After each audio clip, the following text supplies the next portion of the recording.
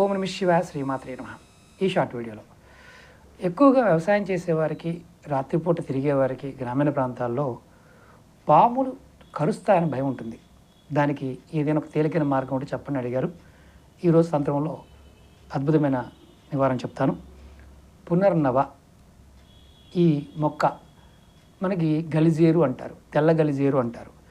ఈ గలిజేరుని ఒక మంచి నక్షత్రం రోజున మీరు తీసుకొచ్చి ఆ వేరుని తెల్ల దారంతో ఆ మూలకని 12 ముడులు వేసి మీరు కుడి భుజానికి తాబీజులో పెట్టి కట్టుకోవచ్చు, మామూలుగా కూడా కట్టుకోవచ్చు.